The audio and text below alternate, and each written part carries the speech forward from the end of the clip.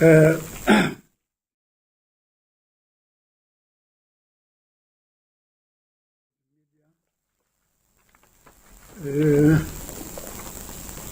Thank you again for your prompt response as usual. Cabinet statement I will share with you is as follows. Issues from our environmental scan.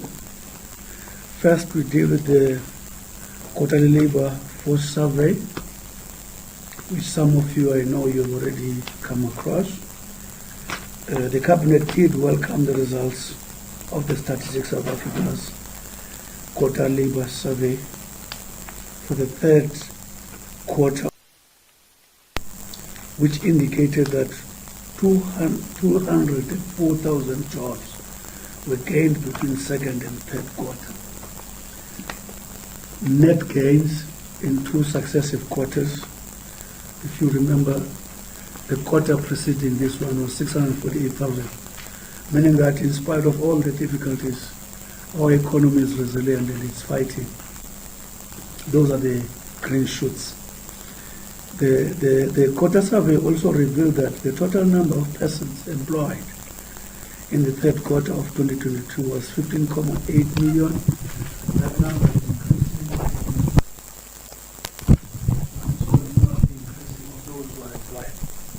This means that official unemployment rate has decreased by 1% point from 33 in the second quarter to 32 in the third quarter. Again, successive decrease by 1 percentage. Before it was 34, 35, and it went to 33. The unemployment rate, according to the expanded definition of unemployment, also decreased by 1% point to 43.1 in the third quarter of 2022 compared to the second quarter of 2022. While this increase may be viewed as a drop in the ocean, it does show that the strategies to grow employment are starting to yield positive results. The largest job gain were recorded in manufacturing, followed by trade. Manufacturing increased by 122,000, trade 82,000, construction 46,000, transport 33,000, and community and social services 27,000. Cabinet called on South Africans to continue to rally behind the country's economic reconstruction and recovery plan to ensure that as a country we keep the momentum of growing the economy and creating much needed jobs. Cabinet acknowledges that the country has a long way to go and more work needs to be done to address the challenge of unemployment in the country. On the state visit to the United Kingdom of Great Britain and North Ireland, Cabinet welcomed the historic presidential state visit to UK that took place from 22nd to the 23rd November. His Excellency President Ramaphosa was the head of state who was voted by the British monarch, His Majesty the King Charles III, since his accession to the throne in September 2022. A royal visit is the highest honor bestowed on the country by the UK to further promote bilateral relations, and it symbolizes the importance of the UK, the importance the UK ascribes to its relationship with a particular country that has been invited. The presidential state visit, which marked a continuation of strong bilateral ties between South Africa and the United Kingdom, resulted in the launch of the next phase of the UK-South Africa infrastructure partnership. The partnership supports South Africa's economic growth through major infrastructure development and offers increased access to UK companies in projects worth up to €5.37 billion over the next 3 years. I beg your pardon, 5.37 pounds. Sorry. The visit focused on upgrading trade and investment levels between the two countries and also creating more opportunities in the British markets for South African goods and commodities. During the United Kingdom South Africa Business Forum, numerous business opportunities on offer were profiled to UK investors who pledged their continued engagement with South Africa. South Africa and the United Kingdom also signed a memorandum of understanding of cooperation in science and innovation as well as health cooperation that would focus on the vaccine manufacturing.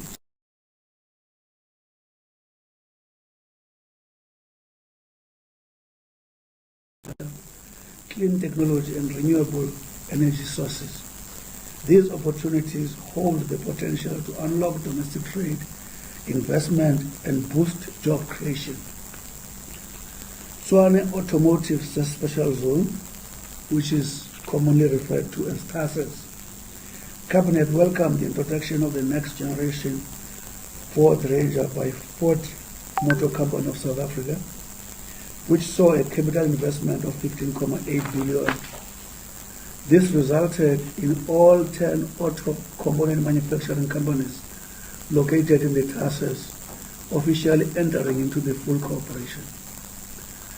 The investment by the component manufacturers amounted to 3.6 billion rand and created 1,259 permanent jobs, benefiting youth about 76% and women 32%.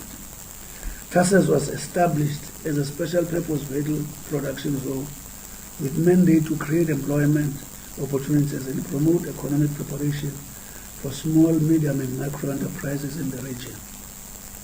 Its first phase of development was aimed at creating additional infrastructure and capacity within the Ford Manufacturing Company South Africa supply chain to support South Africa to be one of the only 3 hubs in the world to produce the next generation Ford Ranger. On the National Digital and Future Skills Conference, Cabinet welcomed the outcome of the National Digital and Future Skills Conference held in Umhlanga, KwaZulu-Natal from 2022 to 2022 to strengthen our nation's advance in the area of digital and future skills in South Africa. Hosted by the Department of Communication and Digital Technology in partnership with Dutch Gezelschap Fair International Zusammenarbeit, which is commonly referred to as GIZ. The conference aimed to, among other things, strengthen partnership in the area of digital and future skills in South Africa, create and stimulate interest in digital and future skills, and explore digital skills training opportunities available for youth presented by the Fourth Industrial Revolution. The conference forged partnership between government, business, civil society, international development organization, youth organization to take our nation forward to the digital era. New Tutuzela Care Center in Limpopo.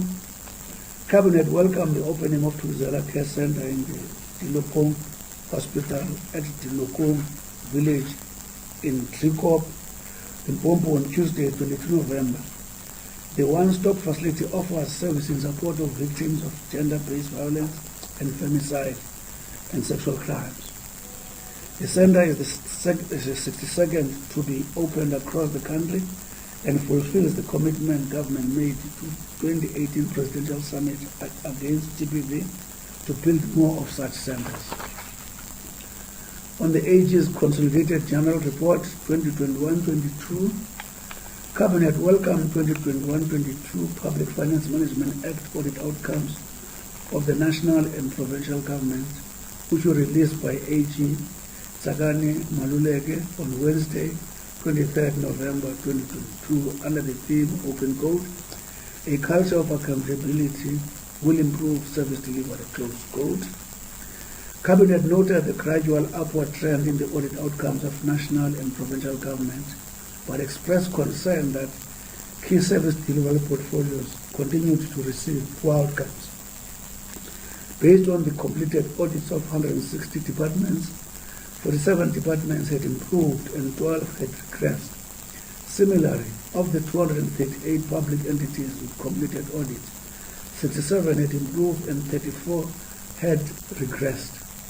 Cabinet affirmed government's commitment to taking corrective measures to address the root causes that lead to poor audit outcomes and remove weaknesses to achieve clean audit and continue to reinforce forward those that are continuing to improve. Safer Festive Season campaign. Government recently launched the 2022 Safer Festive Season campaign under the theme Open Quote, More Boots on the Ground towards Enhanced Policy Visibility, close quote, to ensure the well-being and safety of all residents and tourists in our country during the festive season and beyond. Heightened police visibility will include intensified and integrated crime prevention and crime combating operations by South African police services and other law enforcement agencies. Cabinet calls on all people to work with law enforcement authorities to keep our communities safe. As the traffic volumes on our national roads increase, all road users are urged to be vigilant and obey traffic rules and regulations such as speed limit. Do not drive while under the influence of alcohol. Always wear your safety belt. Keep a safe following distance and stop at safe place to rest after at least every 3 hours for driving. Be courteous to other road users so that we can all reach our destination safely. Cabinet urges everyone to take extra care this season to ensure their own safety and that of others, especially children, who must be supervised at all times. By exercising extreme care and responsible behavior, we can guarantee an enjoyable time of celebration with family and friends. South Africa's Green Hydrogen Summit. Cabinet welcomed the successful conclusion of the country's inaugural Summit 2022 of Green Hydrogen in Cape Town from 28th to the 30th November 2022, which showcased our nation's offering as a world-class green hydrogen production hub. In increasing the environment for the green hydrogen sector to flourish, government has developed a Hydrogen SA strategy that taps into our nation's endowment of renewable energy and platinum, a catalyst in the hydrogen electrolysis process, to position South Africa as a global leader in this new market. The green hydrogen economy is part of our work under Economic Recovery Plan to explore new sources of economic growth that have the potential to revolutionize our economy and create new jobs. Launch of the Artificial Intelligence Institute of South Africa. Cabinet welcomed the collaboration between the DCTT, Tshwane University of Technology, and the University of Johannesburg that resulted in the launch of the AL Institute of South Africa, the Johannesburg Business School on Wednesday, 30 November 2022. The first of its kind institute ushers a new era in South Africa's digital transformation efforts. It will stimulate economic growth, address unemployment, and create a positive social impact. The AL Institute will expand the teaching of robotics and coding currently being offered in public schools. The Institute is designed to ensure that government, academia, and industry work together in unique partnership to apply their collective knowledge, expertise, and experience to implement coordinated solutions to some of South Africa and Africa's most critical and long-standing challenge, and to take the continent forward. Government's focus on digital skill includes creating platforms to support and promote the ability of youth and small medium enterprises, in particular startups, to develop a digital continent. On the cabinet decisions, ladies and gentlemen, research report on the economic cost of disability for children with disabilities and persons with physical disability in South Africa. Cabinet considered and approved the research report that was commissioned by the Department for Women, Youth and Persons with Disability in partnership with the United Nations Development Programme. The research provides information on disability-related costs on households with children with disabilities and adults with physical disabilities. The research insights provide evidence of cost estimates for, amongst others, the determination of social security benefit subsidization of services for persons with disabilities. This report complements the study also done by United Nations Development Programme between 2013 and 2015 on elements of the financial and economic cost of disability households in South Africa, The report will be published after it has been gazetted. On the rapid evaluation of implementation of government policy on preferential public procurement towards women, youth, and persons with disabilities, Cabinet received an evaluation report that assessed the compliance rate by national and provincial departments on the preferential procurement application on the businesses owned by young people, women, and persons with disabilities. The evaluation covered period from 2018 to 2021. Data was collected from National Treasury Central Supplier Database and respondents from departments to the questions sent to them. The data did not, however, capture information from all departments, but was sufficient enough to guide Cabinet on areas that need strengthening to ensure full compliance. Cabinet approved all intervention recommendations that will ensure government complies with the 40% procurement to women in particular. Some of the recommendations include enhancement of CSD software and the training and awareness raising of accounting officers and supply chain management practitioners in departments. The full report will be posted on the Department of Human Youth and People with Disability website. Science and Technology Innovation, which is shortly referred to as STI, Decadal Plan 2022. Cabinet approved the 2022 STI Decadal Plan, which serves as an implementation guide of the 2019 White Paper, Science and Technology Innovation. Cabinet approved the draft plan in March 2021 and has since enriched through further consultation with relevant stakeholders. The plan has 5 thematic focus areas. 1, modernization of agricultural space, manufacturing and mining sectors. 2, exploitation of new sources of growth, particularly the digital and circular economy. 4, utilizing STI to support a capable state. And 5, addressing 3 societal grand challenges, namely climate change and environmental sustainability, future of education, skills development and work, and the future of society. The first decadal plan for 2008-2018, together with 202 national research and development strategy, served as the basis of current decadal plan. These plans advance the government's approach to innovation in South Africa. The document will be made public through Department of Science and Innovation website. On the National Strategy and Risk Management on counter-finance of terrorism and counter-finance of proliferation, Cabinet approved the country's national strategy on AML, CFT, CPF, together with the national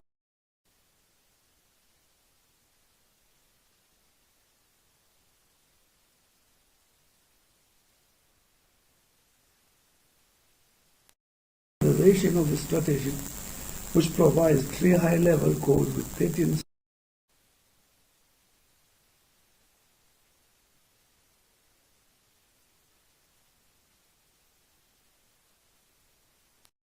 others.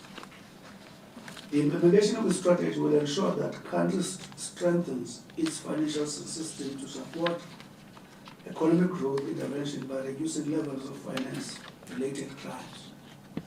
The strategy also responds to some of the 40 recommendations made after South Africa was assessed by the Financial Action Task Force, commonly known as FATF, an intergovernmental policymaking body that strives to combat terrorist financing and money laundering globally.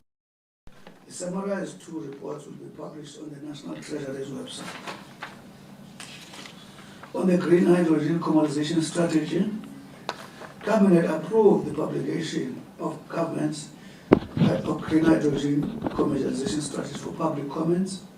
The strategy is aimed at ensuring that the country takes full advantage of opportunities provided by green industrialization. The green hydrogen commercialization strategy will ensure that South Africa becomes a major producer and exporter of green hydrogen.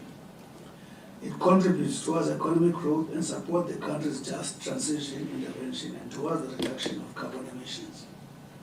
South Africa already has the hydrogen strategy and hydrogen society roadmap adopted by Cabinet 2021, and the rapidly growing green hydrogen market presents huge opportunities for South Africa. On the state litigation strategy for 2021-26, Cabinet approved the state litigation strategy for 2021-26. The strategy seeks to drive the transformation of the legal profession in a systematic manner. It guides on how the state will distribute legal work to legal practitioners, manage the cost of litigation, guide the management of stakeholders, provides for the maximization of the use of technology and systems. The strategy also addresses the development of human capacity management and development. It will be applicable to litigation services of state from all spheres of government. Cabinet also approved the 2 additional policies to support implementation of the strategy. One amongst others being the briefing and outsourcing of state legal work policy, which will introduce an element of fairness and drive the transformational allocation of litigation services that cannot be performed internally. The initiating, defending, and opposing of matters policy will provide clarity on processes to be followed by client departments and the Office of the Solicitor General. The 2 policies, together with other policies that were approved by Cabinet in November 2021, and the Legal Sector Code will support the implementation of the strategy. These documents will ensure a meaningful transformational intervention in the legal sector and also ensure the economies of scale in litigation matters that involve the state. On the management of state litigation contingent liability policy, the Cabinet approved the state litigation contingent policy, which provides mechanism to manage state litigation contingent liability. It provides for the creation of central database and the reporting mechanism on the following up of the cases in this database. The policy provides for the mechanism to close dormant case files that were resulting in unreliable contingent liability figures in respect of the accountability. On the bill's formulation, National Sport and Recreation Amendment Bill 2022, the Cabinet approved the submission of the National Sports and Recreation Amendment Bill of 2022 to Parliament for further processing. The bill amends the National Sport and Recreation Act of 1998, 110. The bill has already been published for public consultation. The bill also amends certain definitions and, amongst others, interventions. It proposes the establishment of sports tribunal to resolve disputes between sport or recreation bodies. It outlines procedures to be followed for bidding international events. The proposed amendment also empowers the Minister of Sport, Arts and Culture to make regulations for vulnerable groups to participate in sport and be protected from any form of sexual abuse or exploitation. On SABC Bill 2022, Cabinet approved the submission to Parliament of the SABC Bill of 2022 for processing. The bill was published for public comment in June 2021. Once the bill is passed into law by Parliament, the current Broadcasting Act 1999, Act 14, will be repealed. The bill, amongst others, proposes reducing the size of non-executive board members from 12 to 11 and executive members from 3 to 2. It revised the governance structure and funding model for SABC. In the repealing of the Transkeian Penal Code Bill 2022, the Cabinet approved the submission of the Parliament of repeal of the Transkeian Penal Code Bill of 2022 for further processing. The bill repeals the Transkeian Penal Code 1983 Act 9, which codified criminal law in the former Transkei, now in part of the Eastern Cape. The proposed bill extends the current application of common law to the former Republic of Transkei in line with our unitary system of the country's judicial system. The Transkeian Penal Code is in conflict with the current common criminal law that regulates the same subject matter in different parts of the country. This repeal will remove the continued existence of the apartheid-era legislation in the areas that were formerly known as the Republic of Transkei and others, and provides the transitional arrangement on matters dealt with by this code. On the Constitution's 18th Amendment Bill of 2022, Cabinet approved the submission of the Constitutional 18th Amendment Bill of 2022 to Parliament for further processing. The bill amends Section 6 of the Constitutional Republic of South Africa of 1996 to recognize South African Sign Language as one of the official languages. In May 2022, Cabinet approved the publication and giving of notice to this bill, which together with the notice were subsequently gazetted in July 2022. On the Criminal Law, Sexual Offences and Related Matters Amendment Bill of 2022, Cabinet approved the publishing of this bill for public comments. It repeals the Sexual Offences Act, previously Immorally Act, used to be referred as such, 1957 Act 23. It also repeals the Section 11 of the Criminal Law Amendment Act 2007 to decriminalize the sale and purchase of adult sexual services. The proposal of this bill responds to the list of interventions proposed in Pillar 3 of the National Strategy Plan on GBV, which enjoins the criminal justice system to provide protection, safety, and justice for the survivors of GBV, and to effectively hold perpetrators accountable for their actions. Once passed into law, it will, among others, protect sex workers against abuse and exploitation. South African Police Amendment Bill. Cabinet approved the submission of the SAPO Amendment Bill to Parliament for further processing. The bill, which was approved for public consultation early this year, amends SAPO Act 2011. The proposed amendment seeks to enable the SAPO to adapt to the technological developments in the courier services space and expand its mandate. The changes are in line with the National Integrated Information and Communication Technology Policy White Paper 2016. On the upcoming events, 2022 World Science Forum, South Africa will, through the DSI, host the World Science Forum at Cape Town International Convention Center from 6 to 9 December under the theme Science for Social Justice. The forum is one of the leading global platforms that encourage dialogue on the role science should play in society. It is an initiative of global science organizations that also include the UN Educational, Scientific and Cultural Organization. Renowned thought leaders will be debating various topics that include science for human dignity, science for climate justice, science diplomacy for multilateralism, and science for Africa and the world.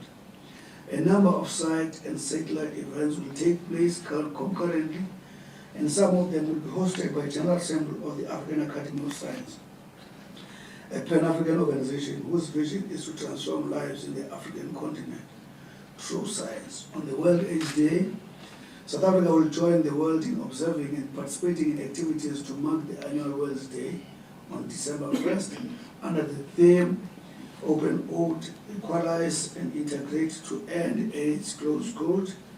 The national commemoration event that will be held at the Dr. Petrus Monumental Stadium in Bloemfontein in Free State will be used to remind everyone to be responsible by getting to know their health status so that as to make informed life decisions. The commemoration comes as South Africa prepares to begin piloting the injectable pre-exposure prophylaxis early next year, which is recommended by the World Health Organization. And the prophylactic injections to be taken every month could prevent as many as 52,000 new HIV infections.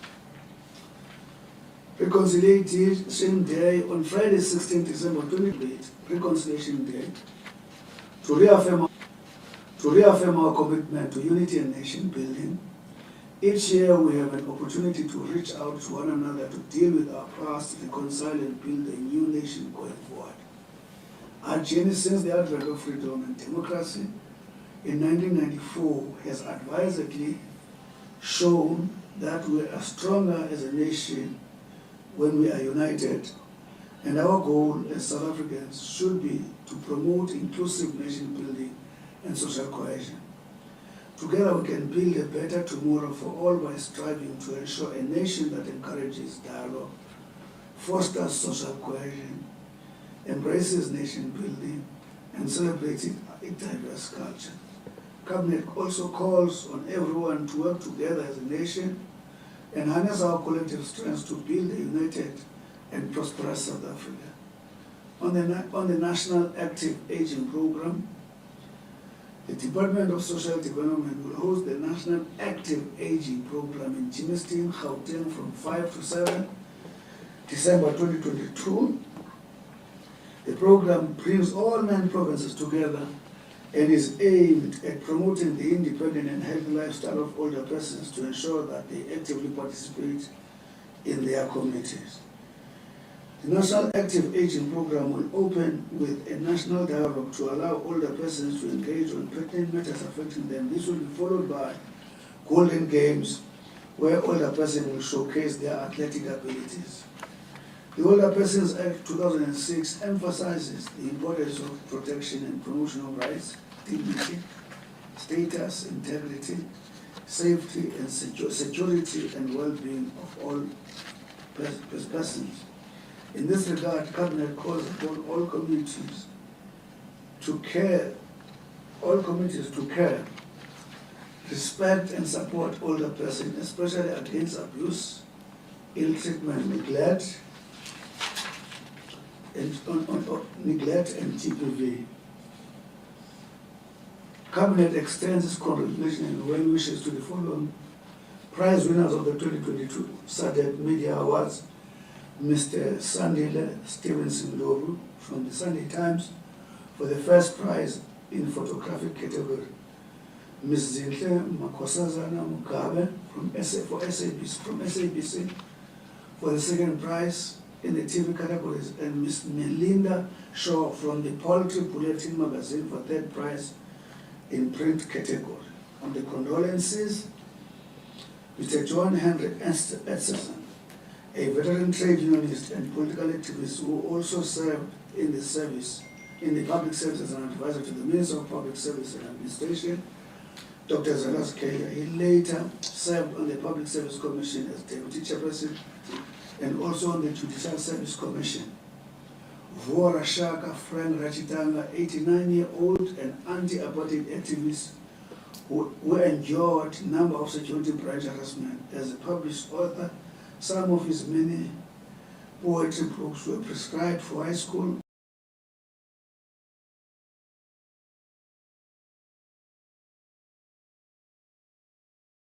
After 1994, he served in the Limpopo legislature. He was a recipient of the Order of the Baobab in bronze for his selfless dedication to struggle against injustice and his active commitment to the development of South Africa. On the appointment, you have the circular seen amongst yourselves. It was quite a long time. Thank you very much, TG. Thank you, gentlemen.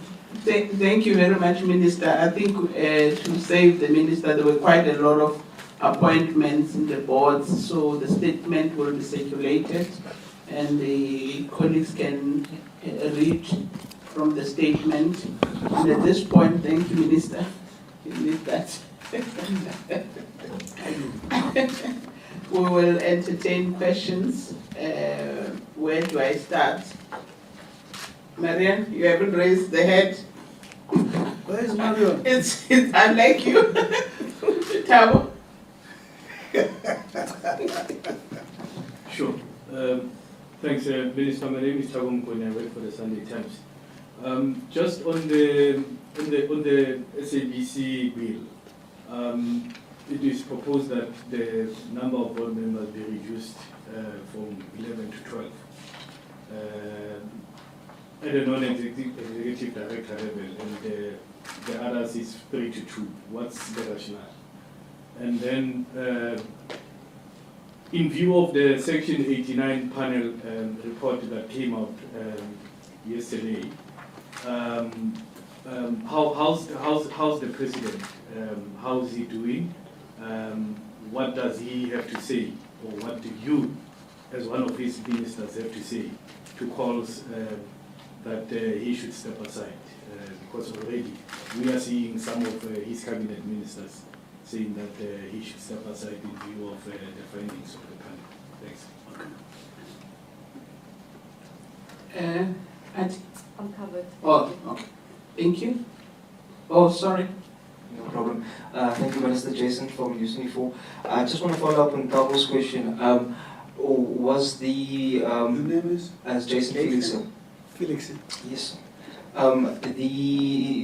The Section 89 panel report, was this discussed at Cabinet yesterday, as it came out yesterday, and also just the Presidency, which you obviously are also in, has said that a statement will be released in due course and more information will be released in due course.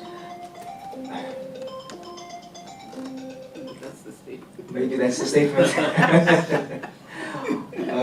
Also, Minister, like Tabo said, there's been calls for the President to step aside as per the ANC's rule, and these calls have intensified.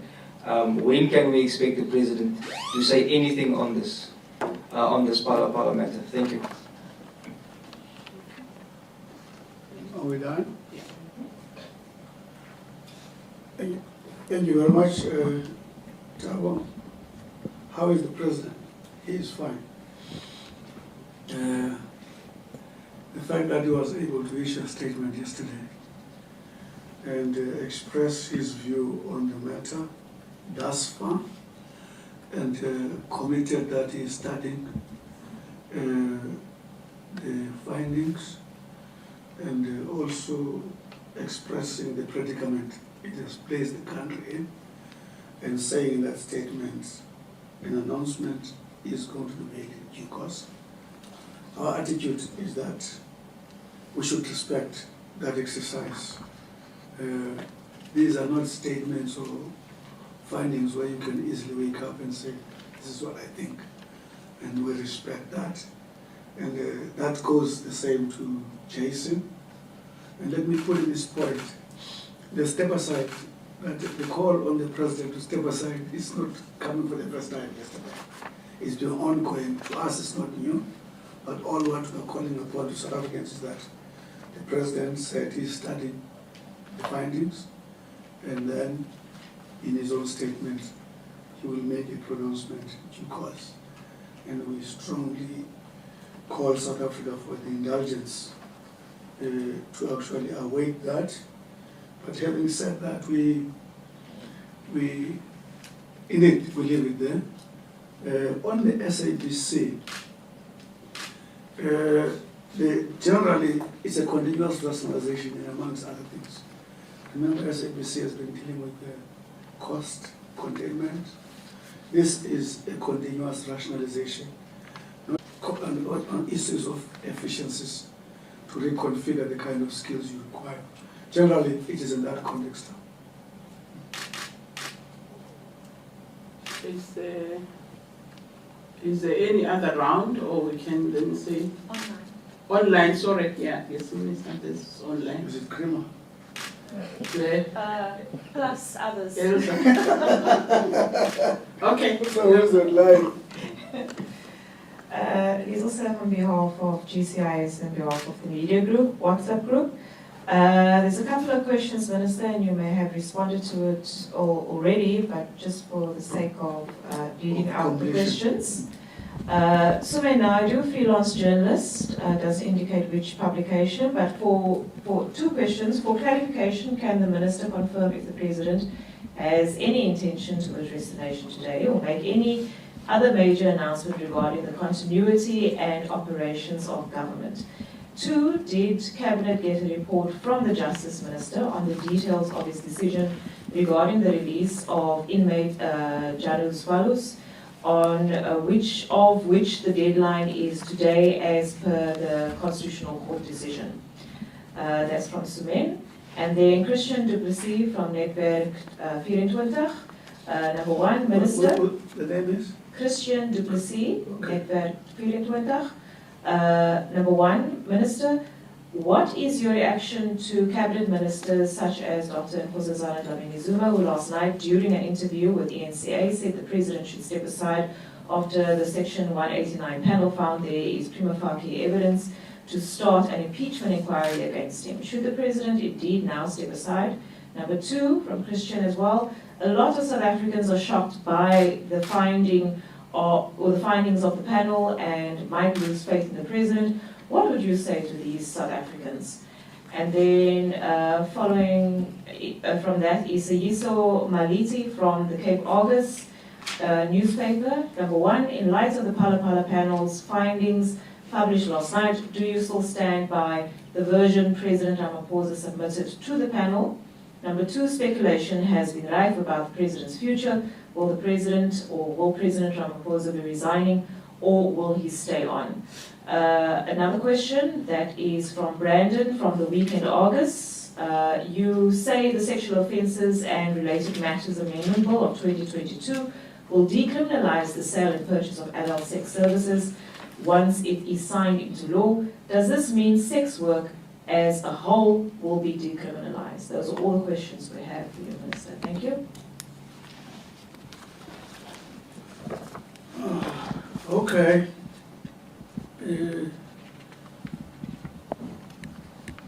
The president said he will make a pronouncement. I know at times when these developments occur, there's an attempt to make us some prophets in trying to, is it fortune telling? Let's await the president. The point I want to make, colleagues, up to this point, the president has respected the laws of this country. The president subjected to this process. Up to this point, we have not seen anything untoward in as far as the laws of the country are concerned. And now he says, I have studied the report and I'm still analyzing it. I still stand by my version on certain issues, but I'm ongoingly studying the report, await pronouncements, whatever that's going to be. And where I'm sitting, we've got no doubt in as far as President's response, respect for the laws of this country. Remember, those findings is a report that must be submitted to Parliament, probably depending on the Parliament's decision to kick at other processes. And you know the meaning of prima facie. It says at face value, I'm using my own simple language, it appears this has not gone right.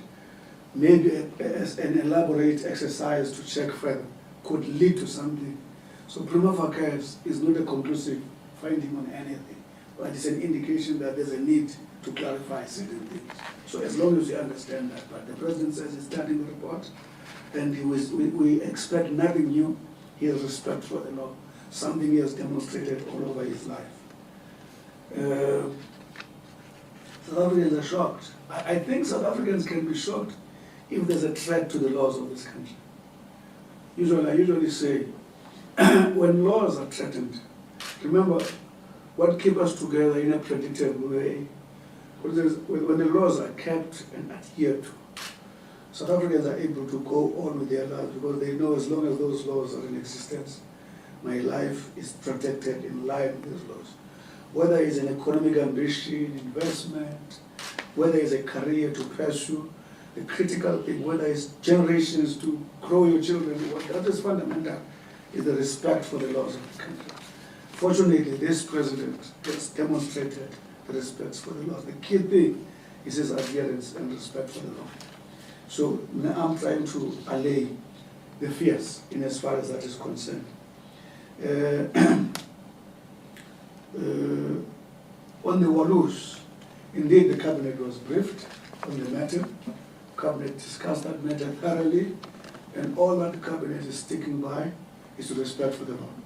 Cabinet respects the decision of the Constitutional Court, and the minister in the justice is expected to actually follow the law. And again, I'll be lying if we do not understand the pain of South Africans. If people remember how Chris was brutalized, some of us were there on the spot on the same day, almost at the same time. Some of us were connected with the developments when that thing happened. We were there.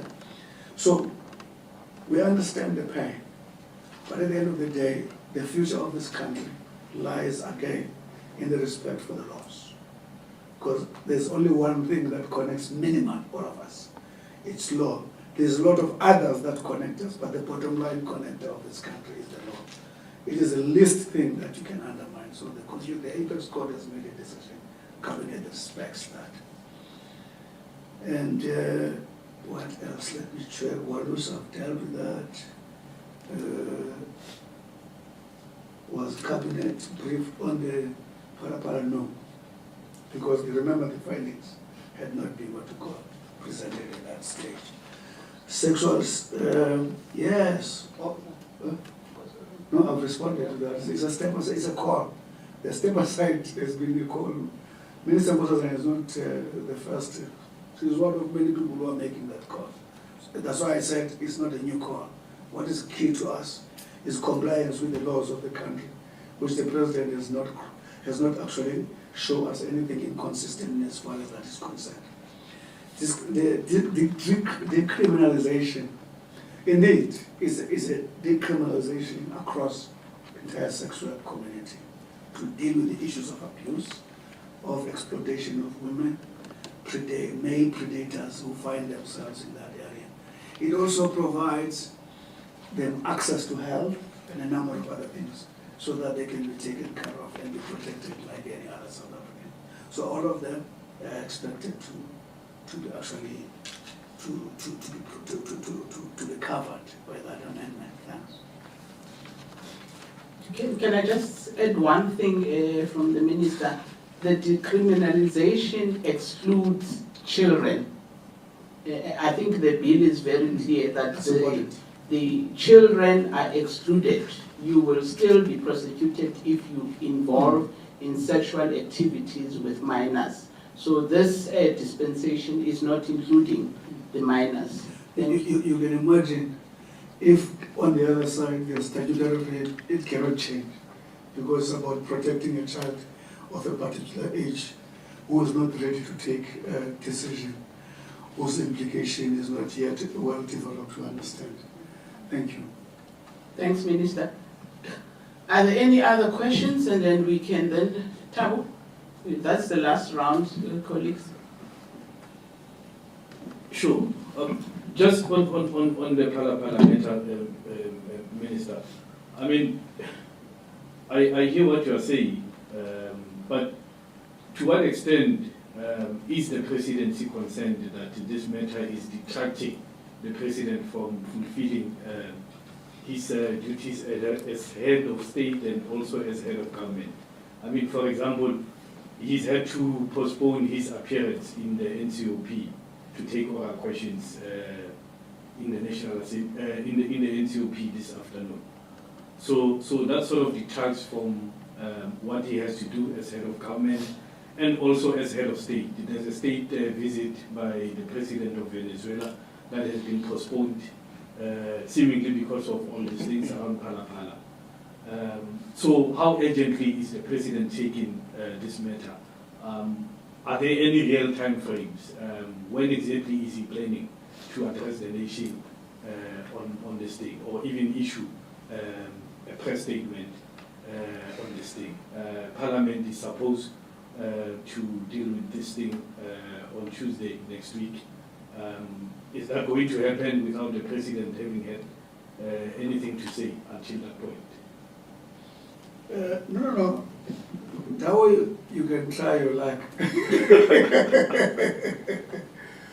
I said to you, if you read the statement, I know you have it. The president says, I appreciate the predicament. If I remember, that word is included. So when you say you appreciate the predicament, it exactly refers to what you are saying. What kind of decisions is taken by the president? It must be informed by a lot of things. Remember, you are dealing with a president here who is actually subjected to processes for something that happened in his own house, his own property. I'm not sure if you understand this. You're not dealing with somebody who stole from your house, from your everything. it's a unique development. But it is being questioned in terms of whether it is compliant with the laws or not. And the president has subjected himself to that. And we're talking about the president who is leading a country that has been going through a lot of complexities, who actually put in law enforcement laws, who has been dealing with crime, issuing SIO reports on digital, issuing Commission Zondo report on digital, continuing to ensure that he deals with corruption. And he's been leading in that space. So it's not easy to just take it. Well, it's not just about you, by the way, as you have said. It's about the role you are taking, its implications, and its implications. It's not an easy decision. And I think that's await the president to take an informed decision on the matter. He has got a history of having done that, and he's quite an intelligent president, by the way. Thanks. Thank you. Thank you, Minister. I think is there your last one? Yes, it is. It's the last one. From online it is, yes. Oh, okay. Yes, it is. Oh, you're done. Done. Oh, okay. Thank you so much. I thought Krima is there. Thank you so much. Thank you, colleagues. Have a nice festive season. Thank you so much.